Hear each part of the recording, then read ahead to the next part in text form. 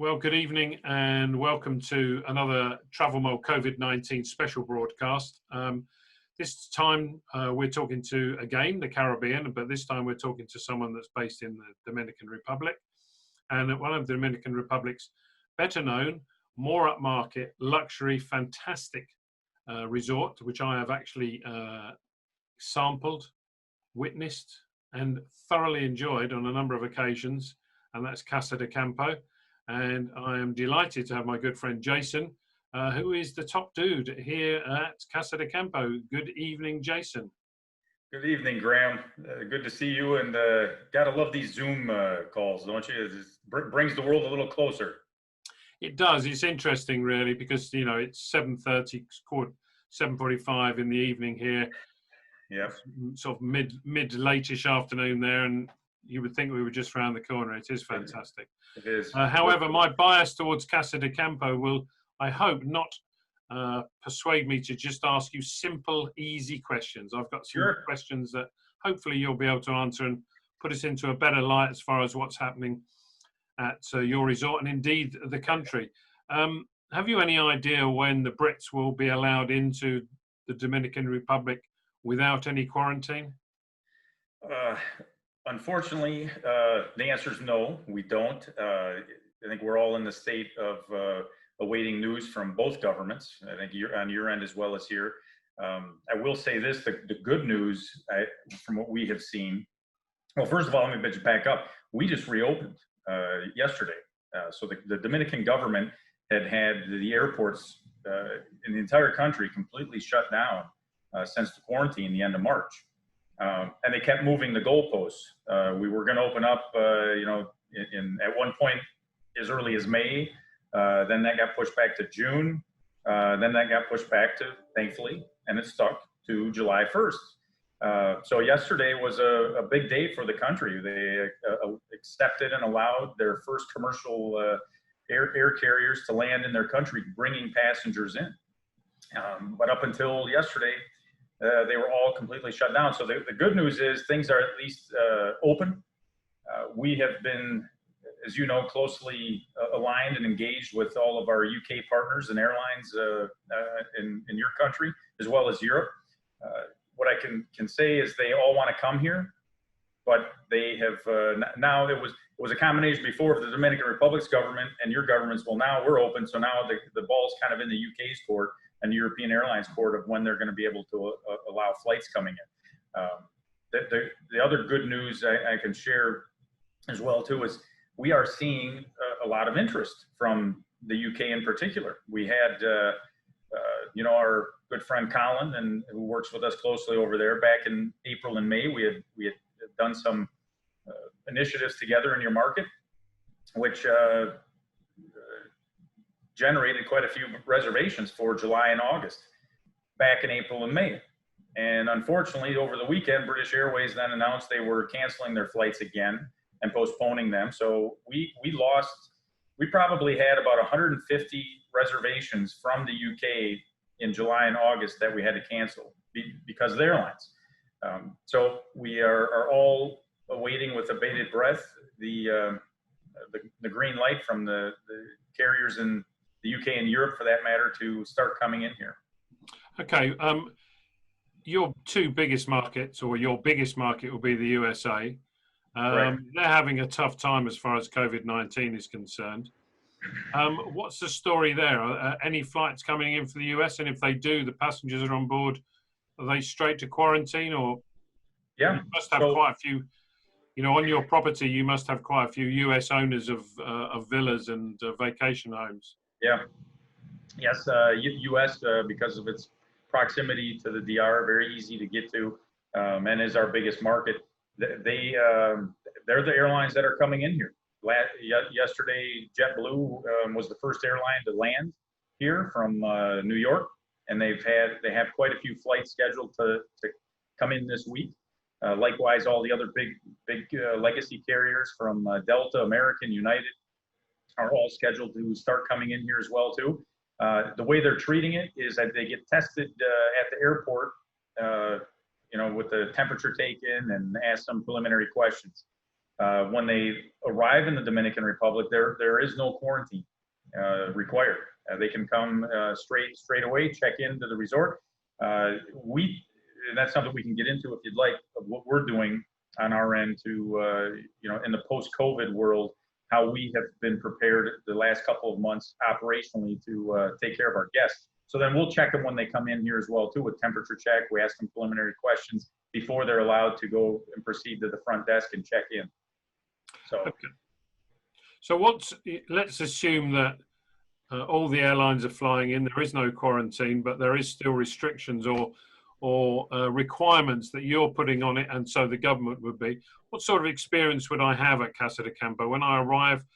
All the staff got masks on, for example. Oh yeah. Well, let me show you this. We all have a very custom. Oh yes. Casa de Campo logo masks that we had custom made. So all employees are required to wear masks at all times when they're on property. So you'll be welcomed. Same proceeding as usual. You'll enter where the bellmen are. The bellman will greet you. There are new policies and procedures, though, as far as carrying luggage and whatnot. But from there, then, instead of going straight to the front desk like you would to check in, we have set up a separate desk prior to the entrance, where we have a concierge welcome guest or arrival of our guests, which will take your temperature, ask you a few questions. If you've been around anybody who's had the virus for a couple of weeks, et cetera. We have a whole list of questions that they've been trained on. And then if everything, obviously if you don't have a temperature and everything checks out, then you can proceed into the front desk, where we will personally escort you with our guest concierge. Will personally escort every guest to the front desk, which the front desk is the same thing. We've had the glass partitions put up in front of the guest check-in, but we've made it a very, try to keep it as normal as possible. If there is such a thing right now today, the overall experience. But aside from that, then, the bellman will escort you to your room, but they will not enter your room carrying your bag unless the guest specifically asks you to. They'll leave your luggage outside the front door, et cetera. But we've created a whole program, Graham, which is on the whole entire overview is on our website, but we call it Casa Cares, and it's a very extensive program that we've really spent the last couple months putting together, and our operations team has done an amazing job of preparing, training the teams and all the departments. As you know, this is a very big place, so very spread out, 7,000 acres to cover, but we're ready to go, and welcomed our first guest back yesterday. So it was very good. So what changes will we see? What about swimming pools, the restaurants, the beaches, golf? What are there any major? I mean, here in the UK, for example, we're not allowed to get on a buggy with anybody else, a golf buggy. You have to have one yourself. You're not allowed to share. Yep. What sort of changes would I see if I arrive tomorrow morning? So there have, for obvious reasons, have been changes made within every single department you can imagine. So we've addressed everything. Golf specifically, same thing. We are keeping golf carts to a minimum of one person. We are not allowing caddies to carry your clubs anymore or pick up your golf balls.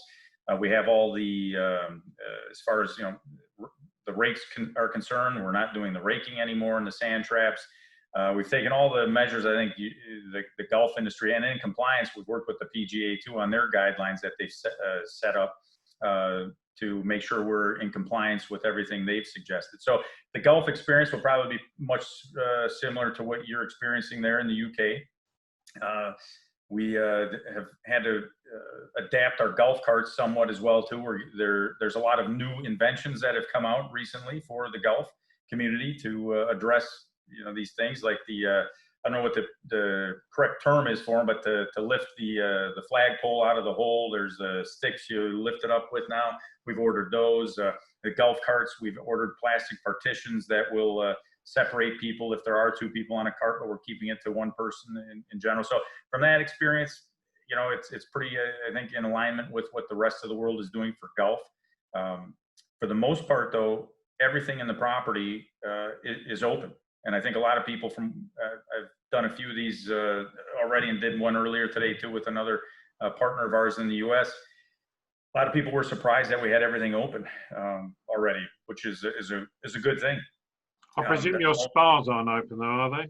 No, actually the spas are open, but it is limited availability and restricted number of services. There's only a certain number of services we are doing right now, and likewise the therapists are all wearing masks and taking all the necessary procedures as well too if they're doing a treatment. But spas open, and really the only things in the property that are closed right now is Lago, which, as you'll recall, is our great buffet location restaurant for breakfast and lunch. A golfer's favorite spot, mine too.